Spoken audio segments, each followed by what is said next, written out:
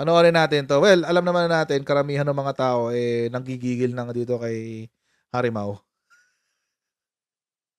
kay Attorney Harry Roque. Kawawa naman sila 'no.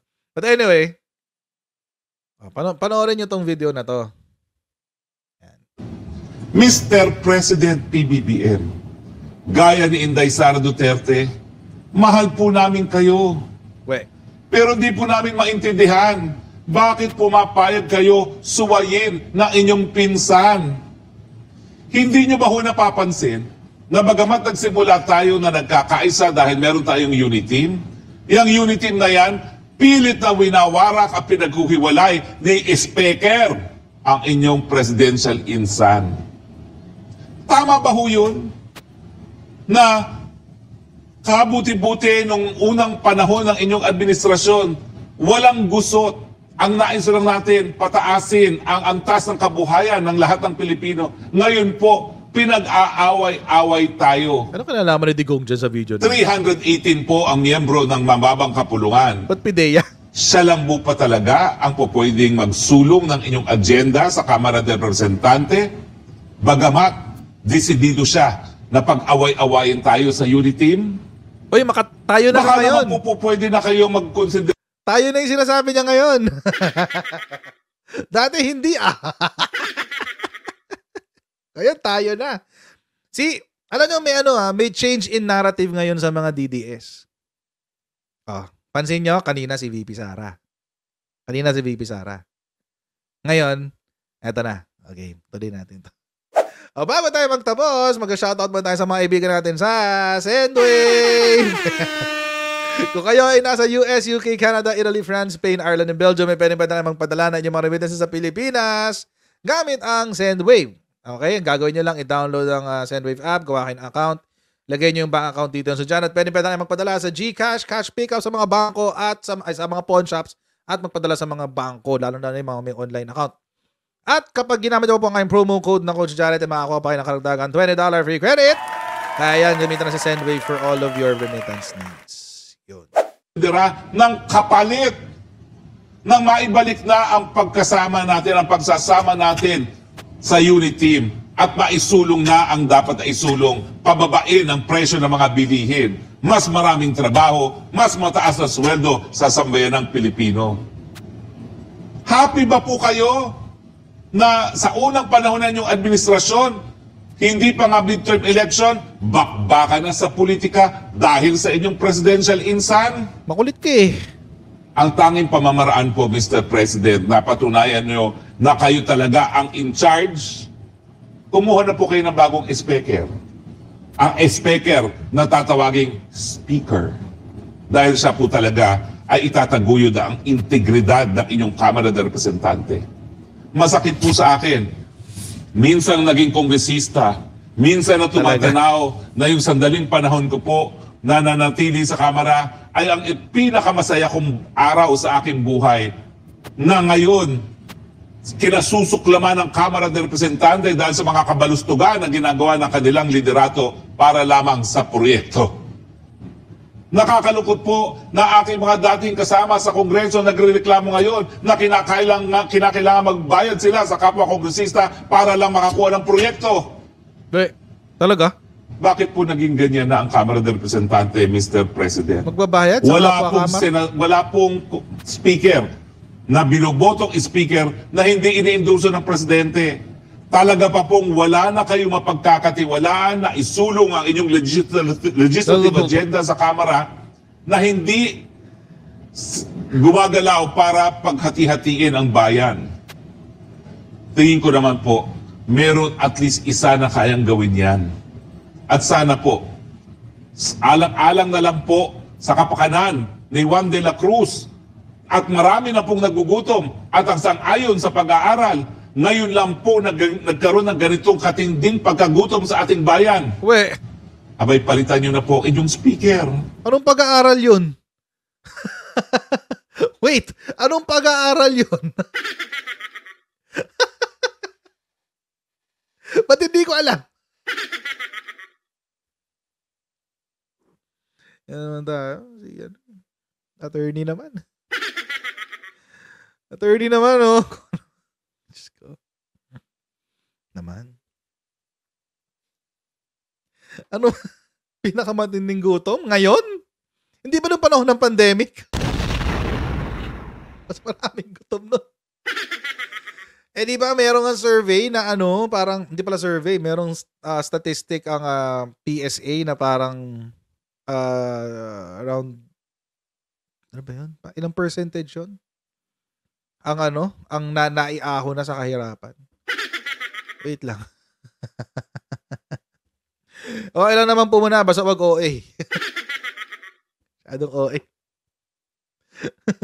Paano yung mga ano, sadyang nagpapagutom tulad ko? Intermittent fasting. Ay, naka. Anyway. Tulad ko, lagi akong gutom. 4 hours lang ako nakain, tapos 20 hours akong di nakain. O paano yan? Sadya akong gutom. Anyway. Ay, naka. So ito ngayon yung propaganda. Isisisi ngayon kay PBBM yung mga ginagawa ni Martin Romualdez. Yan. Oo. So ang pinapalabas nila, kanina man nakita ko may nag-comment. So anong ngayon ginagawa ng lame duck president nyo? Ganyan. Lame duck daw. Lame duck ibig sabihin, walang ginagawa.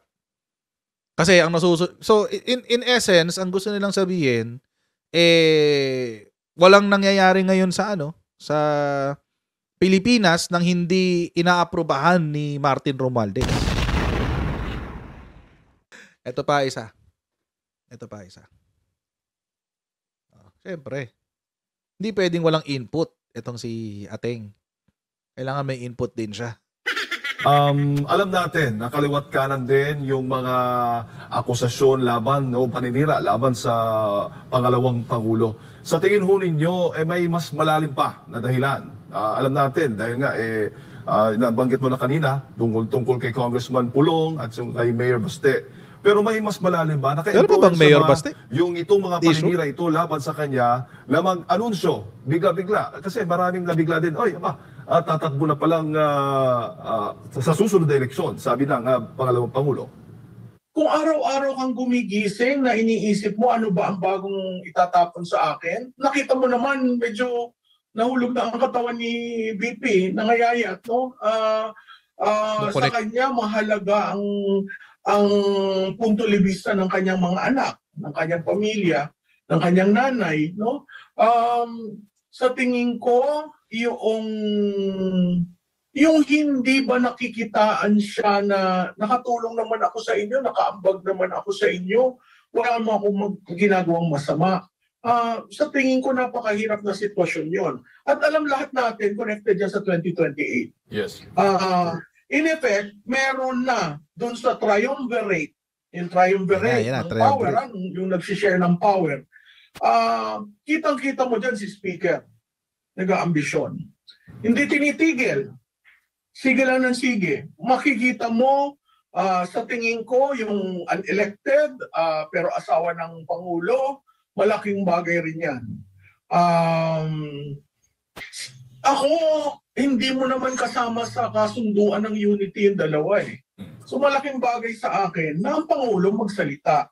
Kanina nagsalita siya, pero nakita mo, biglang pivot. Yes. Kunyari sa ICC, sabi niya ganyan, we will not allow, it's contrary to our sovereignty, blah, blah, blah. However, if they are here on their individual, they are welcome. So, natural. When you say something, stop there. Because that is a president. Natural.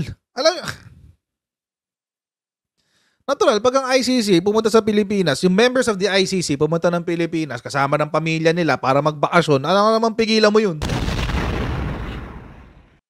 Alam naman natin ibig sabihin doon ni Presidente. Kung ang ICC pupunta sa Pilipinas or members of the ICC will come to the Philippines in their official capacity as investigators of the ICC, may problema kayo.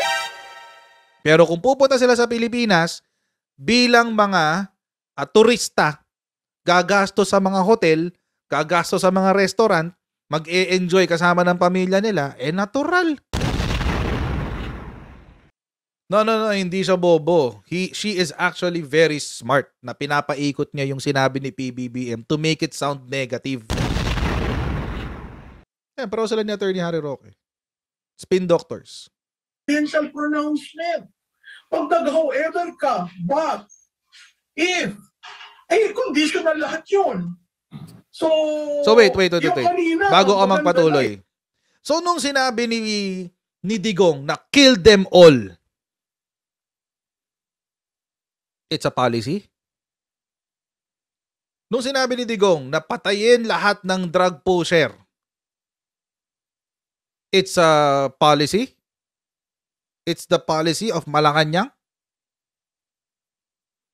Well, come to think of it, kaya nga may problema tayo sa ICC dahil doon sa war on drugs ni Digong. At sa mga sinabi niya na kill them all. Kill them all. Patayin ko silang lahat. Joke lang daw yun, sabi ni Maudix. Ito yung sinasabi ko na intellectual dishonesty. Ito yung sumisira talaga sa image ng mga Duterte. Promise, yung mga supporters nila. Ba't Jonel? Wala naman Jonel si Malutigiya. Wala naman siyang Jonel. See? Dahil sa kakapunan nila na yung sobrang bias nila na pamumuna, you have no other choice but to compare it to Digong. Di ba? Ganun din naman yung ginawa ng mga dilawan in the past Nung panahon ni Digong, binash nila ng sobra si Digong. Wala ka ngayon choice kung hindi ikumpara siya kay Panot Aquino. Kasi, the intellectual dishonesty behind it. Bakit tinatawag na pumalpak si Digong dito? Ganito yung ginawa ni Panot. It's the same thing.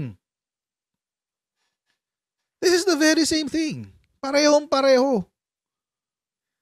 Ngayon, nagagalit ko kay PBBM kasi because of Martin Romualdez. Tama. Mamaya na sagutin. Sabi ko nga, sana inedit na lang at hindi na sinabing however ganon din yun sa People's Initiative. Sinabi niya in a roundabout way. Sana tandaan naman niya, ang nagsakripisyo rin naman dito sa unity, hindi lang naman sila. Malaki ang sakripisyo ng Duterte. Kahit ang tatay, hindi para sa kanya, nagsakripisyo, tumahimik. Sumunod doon sa anak, no? At tatandaan natin, yung second chance ng Marcos, nangyari lamang yan dahil sa Duterte. So, kung yun nakakalimutan nila, paano? Sa tingin ko dapat, alam mo, ito hindi sa nahahaba kung nag-uusap Yes.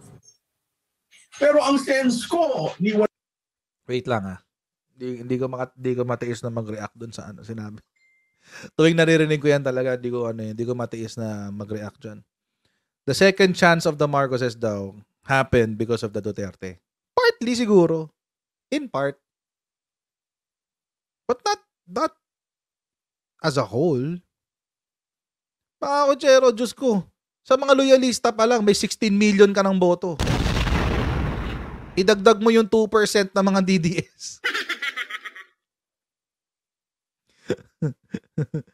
Tsaka, alam nyo mga kotsero, ito lang I'm more inclined to believe it's the other way around. Walang Duterte na magiging presidente kung walang Senator Amy. Kung hindi hinila ni Senator Amy ang mga loyalista na iboto si Digong, wala kayong magiging President Duterte. Tapos sasabihin nila, hindi may ililibing sa libingan ng mga bayani kung wala si Digong. Sige. In part. Bakit? Kasi hindi lang naman si Digong ang nagdesisyon na ilibing sa libingan ng mga bayani si Apo Lakay. Kasama din dyan ang Supreme Court.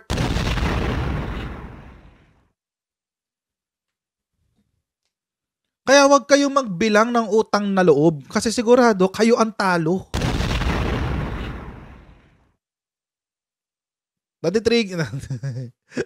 Medyo nakaka-trigger yung mga ganong statement.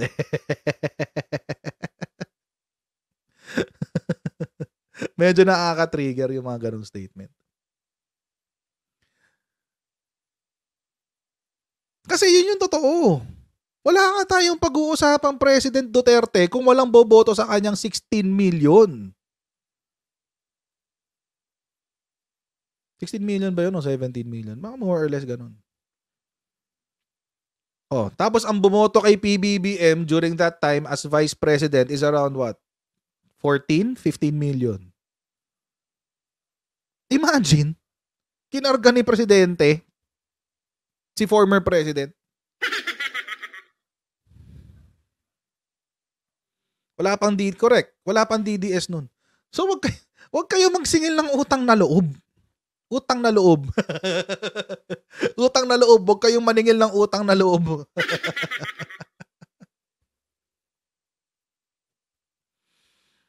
Kasi wala tayong pag-uusapang Duterte kung hindi sumuporta si Senator Amy. Wala talaga. At alam nyo ba kung bakit binoto ni PBB ng mga loyalista si Digong? Kasi nangako si Digong na kapag siya ay naging presidente, gagawin niyang vice-presidente si BBM.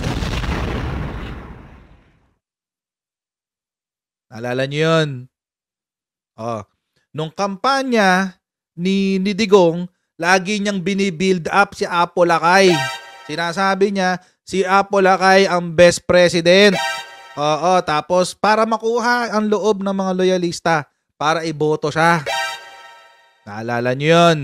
Baka lang naman nakakalimutan niyo.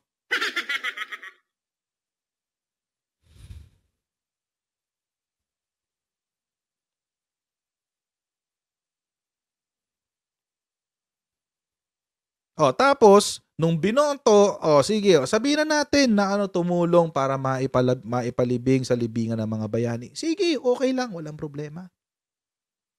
Yung gawing vice-presidente si Bongbong.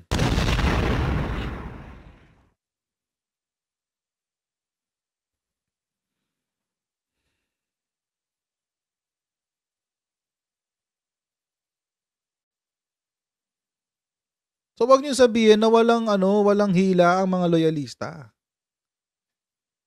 Alam niyo ba? Alam niyo ba?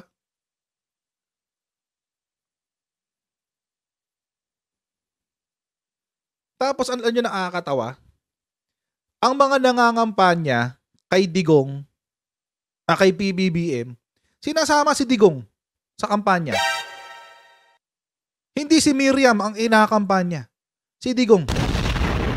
Bakit? In-endorse si Senator Amy eh.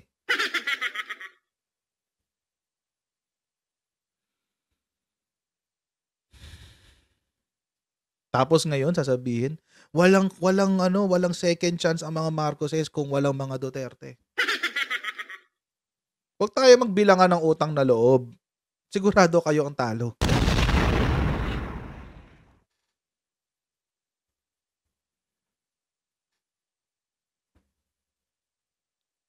Anyway, tuloy natin to. Wala ang vice presidential sa kitchen cabinet. So kung wala ka sa kitchen cabinet at nasa formal cabinet ka lamang at hindi mo makausap ang presidente, hindi kayo magkahingahan ng sama ng loob, lumalaki ang hidwaan. At paglaki ng hidwaan, mangingialam ang mga politiko na may pinapaboran. So makikita natin, pag pinag-compare mo si Speaker at saka si VP diretso. Si Speaker paikot-ikot. Pero mo yung sabihin, hindi siya nagli-lead nitong People's Initiative. Pero kitang-kita naman natin sa lahat ng mainstream media, na-cover siya during that economic briefing. Na-cover siya ng ilan to announce. Nung nag-resume, dati opening lang ng Congress nagsasalita ang Speaker, kaya pati resumption nagsasalita. At dun sa resumption, parang sinabi na, ito si Senate President ka, sumasang-ayon na. Pero wala siyang ownership.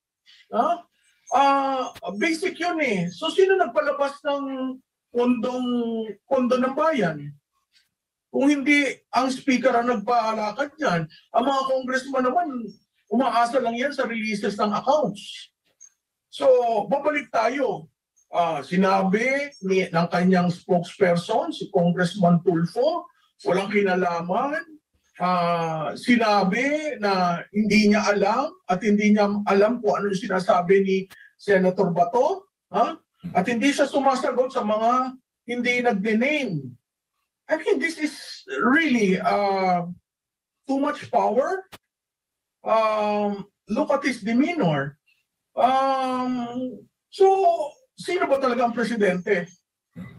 Yun ang nakakalungkot dahil hindi naman siya hinalal. Ang boto lang niya, 180,000 sa distrito. Naging speaker siya dahil sa plenaryo. Pero si BP, 32 million yan, nationwide. Direkto sa tao.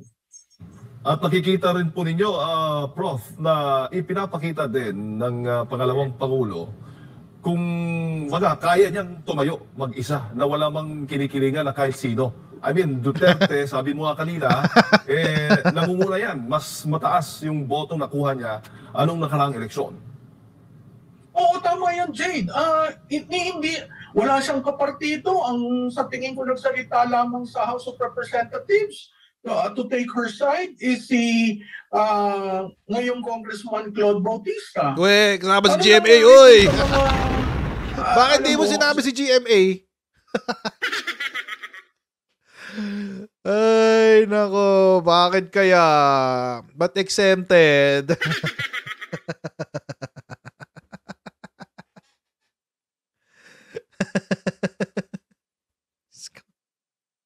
Bakit kaya naging kakampi ni VP Sara sa House?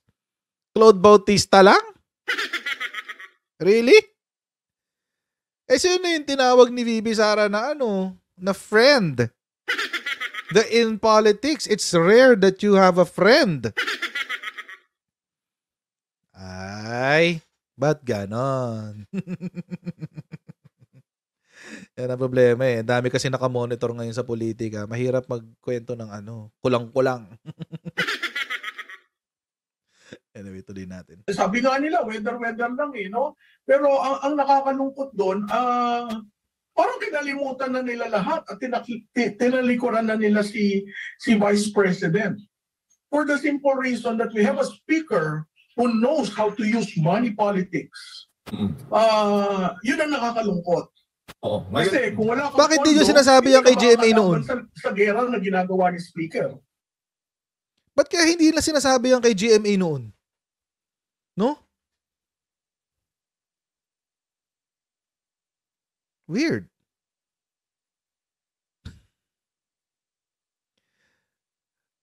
Bakit ganun? Alam niyo mga ko, hindi ko pinagtatanggol si Martin Romualdez at saka hindi ako pabor dyan sa PIPI na yan. Alam niyo naman yan, kakaano ko lang kanina. Pero bakit? What's with all this intellectual dishonesty? Hindi ko naiintindihan. Hindi ko lang naiintindihan. At saka, I'm going to babalikan ko yung punto ni former spokes. Na bakit daw hindi pumili si PBBM ng House Speaker. Naman, former spokes, abogado ka naman. Alam mo naman na meron tayong ganito, Article 6, Article 7, at Article 8 ng ating Constitution. Ano ibig sabihin yan? The principle of separation of powers. Ibig sabihin, si legislative, hindi pwedeng makialam sa gawain ng executive except in areas na pinapayagan ng Constitution. Ganon din kay judicial. Si executive, hindi pwede makialam kay legislative at kay judicial except in areas na pinapayagan ng Constitution. Judiciary din, ganun. Hindi siya pwede makialam kay executive at kay legislative except in areas na pinapayagan ng Constitution. So, hindi po pwedeng sabihin ni PBBM na, sige, bigyan niyo ako ng roster ng lahat ng kongresista at pipili ako ng House Speaker.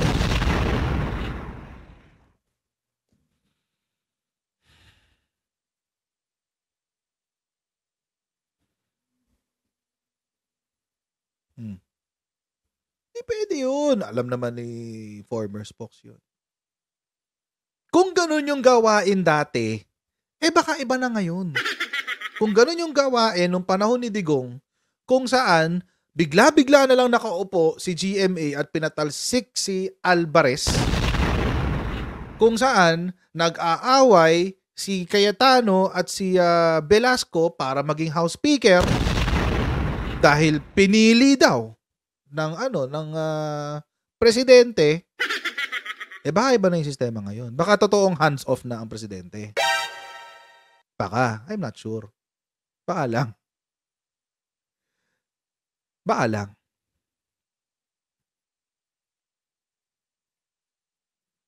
So, alam naman ni former Spokes yan. Abogado siya. And, matagal na siya nagpa-practice. Alam na niya yan. But again, these people are very smart. Matatalino sila. Kaya nilang magpaikot ng opinion ng tao. Kaya nila yan. Tulad na sinabi ni Malutikia. Yung mga kabalbalan ni Martin Romualdez, isisisi kay PBBM. Diba? Hitting two birds with one stone. As if may control si PBBM sa ginagawa ni Martin Romualdez.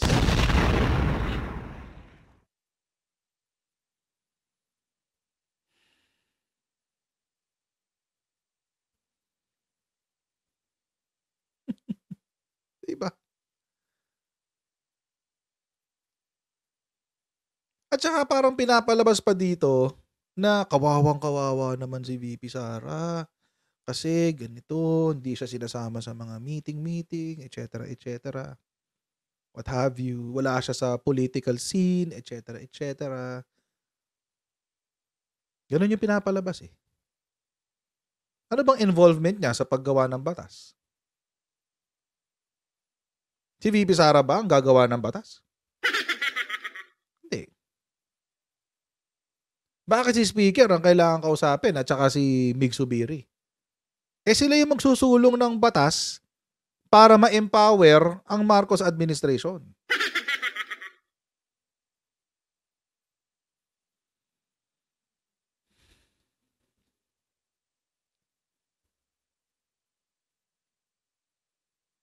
Yun eh.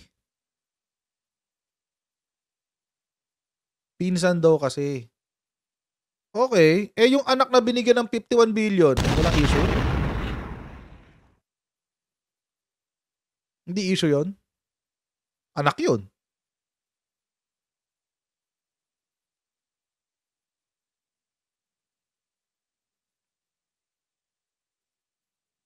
Hindi naman si VP Sara ang magsusulat ng batas eh.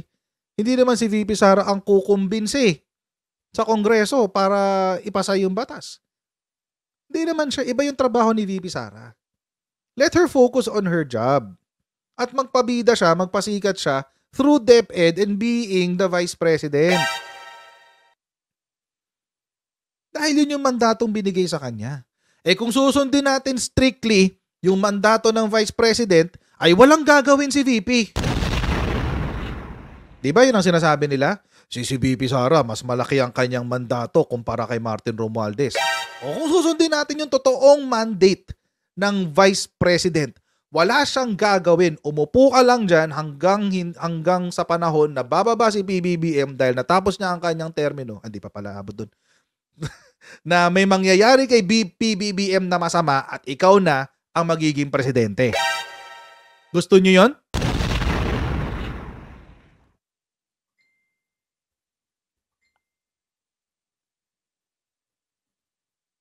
Batikos kayo ng batikos kay PBBM, hindi nyo naisip na ginawa siyang co-chair ng NTF-ELCAC, ginawa siyang secretary ng DepEd. Bakit hindi nyo siya i-build up gamit yung accomplishments niya doon? Tapos, hayaan nyo yung mga kabalbalan ni Martin Romualdez which are self-evident, na kitang-kita natin mga ordinaryong Pilipino, na ma-reveal on its own.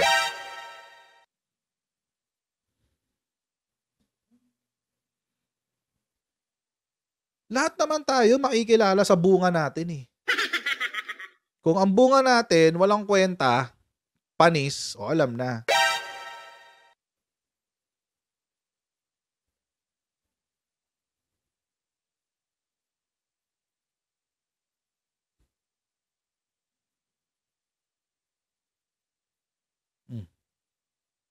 Sige nga. So, sisisihin nila. Sisisihin nila si PBBM doon sa People's Initiative. Kaya nagsalita na nga siya. Ito yung kanina, hindi ko napakita kanina. Si PBBM na nga mismo nagsabi, Senado ang magli-lead dyan. Bakit? People's Initiative is too divisive. Siya mismo nagsabi niyan. Gusto niyo pa ng proof na economic provisions lang ang babaguhin. Ito yung interview sa GMA. FYI lang, para alam niyo lahat ang nangyayari. King eksklusibong one-on-one interview sa Pangulo. Tinanong ko siya tungkol sa pagsusulong ng mga amyenda sa saligang batas. The 1987 Constitution was not written for a globalized world. And that is where we are now. So we have to adjust so that we can increase the economic activity in the Philippines. We can attract more foreign investors. Naniniwala ang Pangulo na makatutulong sa ekonomiya ang pamumuhunan ng mga dayuhan. Pero sa ngayon, nililimitahan ng saligang batas ang foreign ownership sa 40% sa mga public utilities gaya ng kuryente, tubig at public utility vehicles. Meron ding 100% na hindi maaaring mapunta sa kamay ng mga Lupa. dayuhan, gaya ng lupa. Between you and me, yung Kondo lupa lang pwede. mahirap masyado yun. I don't think because that will cause disruptions. Yung mga tiga doon, akong feeling ko, I'm sure we will hear from the others but those who have resided in an area over many years, papasok yung mga mayayaman na dayuhan. They will pay big money to buy that land. Parang ginawa ng mga Chinese. The value of the land will go up. Correct. And the old residents cannot pay for the real estate tax. Right. Because na-price na Tataas ang presyo nawala naman. na sa market nila. So, papaalisin natin yung mga yan. I don't think I agree with that. So hindi kayo pabor sa foreign ownership of land? Land hindi. Pero sir, pagdating sa corporation, Corporations, bakit pwede natin pag-usapan except for the critical areas such as power generation, May Public media, Service Act na. Okay na yun. all the strategic areas that we cannot allow to be influenced by a foreign entity, be it a corporation or another country. That's what we have to decide where we draw the line and how much. Tanong ko rin sa Pangulo, hanggang sa economic provision lang ba talaga magtatapos ang pag-amyenda sa saligang batas? Sa sagot ng Pangulo, hindi siya sarado sa pag-amyenda ng political provisions, pero hindi sa ngayon. Let's be practical. In terms of the term limits, look what has happened. When I'm the mayor for 9 years, hindi na ako makatakbo. So patakbuhin ko yung asawa ko, patakbuhin ko yung anak ko. Ako ngayon ang magiging vice mayor. So wala ring nagbago, Right, di ba? it's BS. They're still running the show. We have a term in Ilocos, we call them mayor vice. Because they're the vice mayor, but they're running the administration of the town. So that's something, but we have to think about that. But I think in the present day, we can have these discussions later on. But for the present day, my concern is the economic provisions. So, and I do not want to confuse the issue any longer. pero sir, dun sa example niyo kanina, term limit extension, pwedeng maging magandang bagay para sa bayan? Or Could sa be, could be. constituents? I don't know. What are we trying to achieve, first of all? Like if you look at other countries, for example, again, the United States, which our political system is styled after. In the United States, iba-ibang state. Some states have term limits, other states do not have. So I don't know how that will translate to our own experience. So that you just continue talking about it and see what really is the best thing what we can do. Sir, But I do not want to jeopardize the success of the amendments to the economic provisions by putting in other issues. Let's keep the issue clear. In my view, that's the way to do it. Tinanggal ko pala yung Talyano kasi obvious naman na nantotroll lang siya. So, it's pointless. It's pointless. Saan mo siya mabuisit? Babalik yan. Ibang pangalan. Kaya manggalala. Babalik yan, ibang pangalan. Maniwala kayo. Anyway, malinaw naman yung sinabi ni Presidente, di ba? Kaya nga maski ako nagtataka, although in part, I would agree doon sa portion ng People's Initiative at yung tigas ng ulo ng House of Representatives dyan sa People's Initiative na yan. Even with explicit, take note, explicit instructions from the President. Walang ginawa ang House Speaker. Hindi niya pinigilan. Kasi yun ang sinabi ni Garbin eh. Even with explicit instructions from the President, malinaw na utos. Hindi mo pwedeng sabihin utos kasi wala naman siyang control sa House eh. Malinaw na direksyon. Yun na lang, direksyon. Galing sa Pangulo. Hindi pa rin nakuhang pigilan ni Martin Romualdez itong PI na to?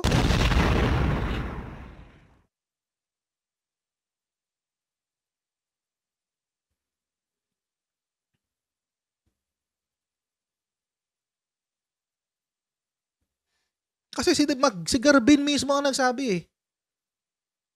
Sabi ni Garbin, the House Speaker is not directly involved. Hinahayaan lang daw niya the natural flow of whatever.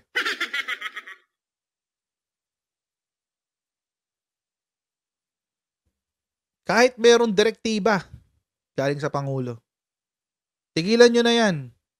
Tutukan yung economic provisions. Wag muna natin pag-usapan yung political na yan. Pero wala. Nga.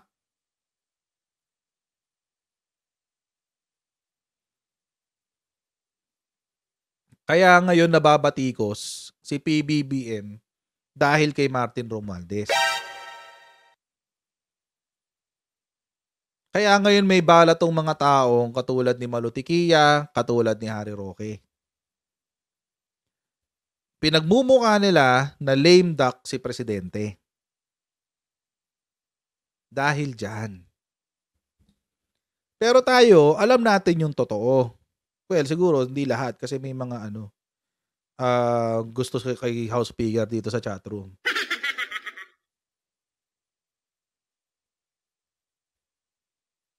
Pero yung argumento kasi na ginagawa nitong mga to, mali. Ba't nila sinisisi si PBBM? Doon sa pagkakamali ng isa. Doon sa katigasan ng ulo ng isa. Tapos pag bumukain nilang kawawa, si VP Sara, may kasalanan si PBBM pa rin.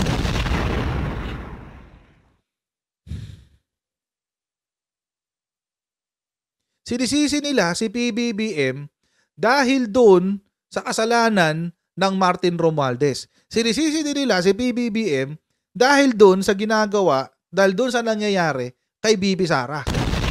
Asan yung palulugarin ng Presidente?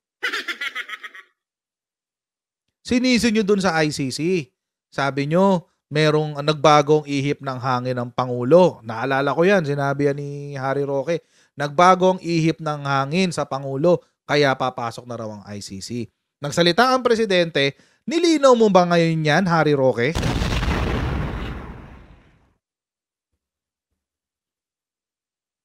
Nilinaw mo ba yan?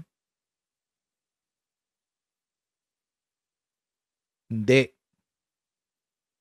Ngayon may bago kayo. Itong PI na to. Sisisihin nyo si Presidente dahil sa katigasan ng ulo ng Speaker. As if may control ang executive sa legislative. Wala naman. Meron ba? May provision ba sa Constitution na magsasabi, the President, the elected President shall choose the Speaker of the House.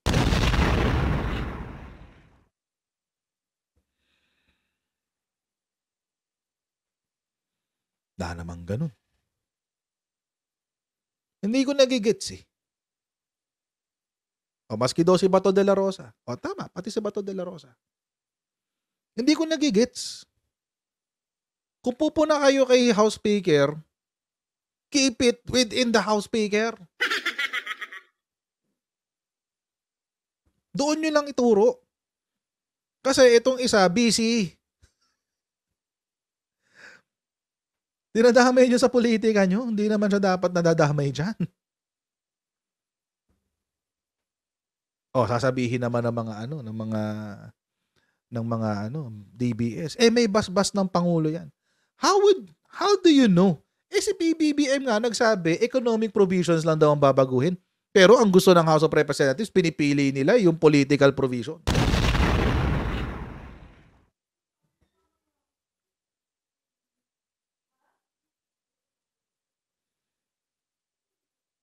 Ang linaw-linaw nung sinabi niya sa interview.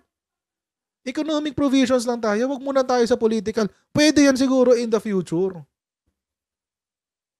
And to be honest, I agree with that point. Kasi nga, naglolokohan lang tayo dun sa term limits yan. Bola lang talaga siya. Pero mga kakutsero, malinaw din naman yung sinabi niya. Ayaw niyang isabotahe yung charter change for economic provisions. So, sino ngayon ang nananabotahe? Guess.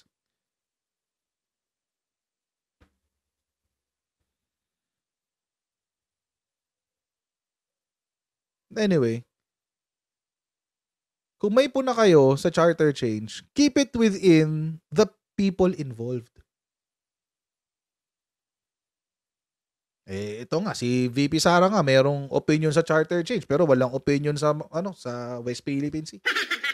Ano ba naman niya?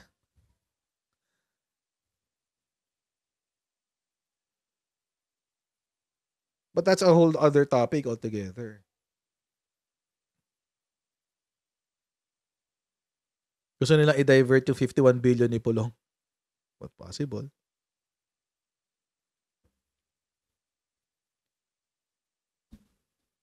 Di natin alam. Baka. Baka sa may mga nagbo-monitor sa atin, comment yan ng nanonood sa akin.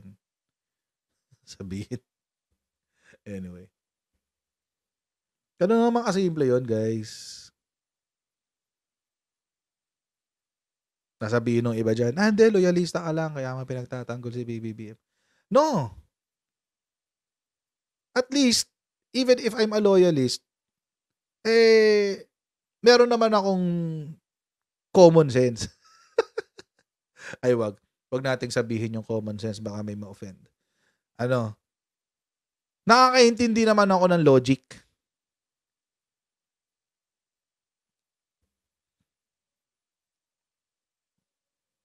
Pwede naman kasi. Pwede naman ganun eh.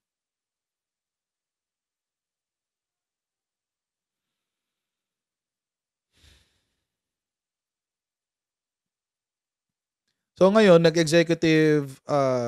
executive meeting tungkol dyan sa charter change. Malamang sa malamang, ang pinag-usapan dyan, LEDAC meeting daw eh. Kapag LEDAC, mga kakotsero, both lower house and the Senate. Pinulong ng hiwalay ang Senate, pinulong din ng hiwalay ang what do you call this? Ang lower house. Oy, DP, shoutout sa'yo, man. Pinulong ng hiwalay ang lower house. Malamang sa malamang, ang pinag-usapan din yung charter change.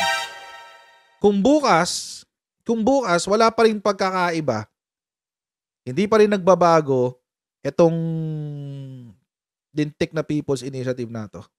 Pardon my French. Pero, yun nga, yung People's Initiative na yan, alam nyo na kung sino nananabotahe.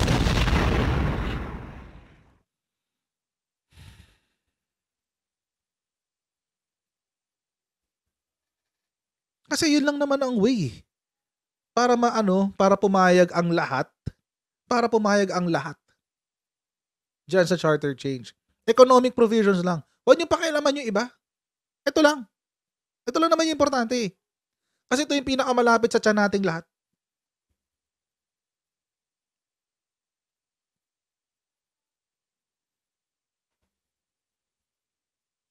Yun lang.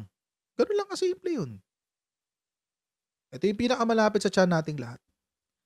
Yung economic provisions ng Constitution. Yan lang. Yan lang muna. Huwag na muna natin pakialaman yung iba. Pag meron magpupumilit, naggalawin yung iba, alam nyo na.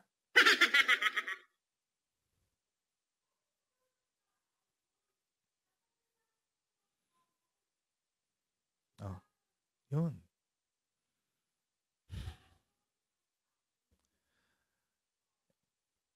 So sana masettle na siya. Nag-lead-up meeting na sila.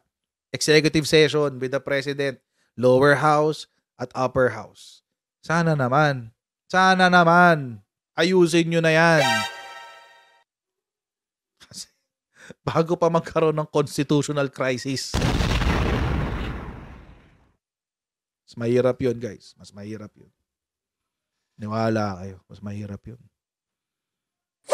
Kaya yun mga Kojero, huwag nyo kalimutan mag-follow dyan. And I'll see all of you in our next Coach Jared Live. Alright? God bless you and see you next time, guys. Bye!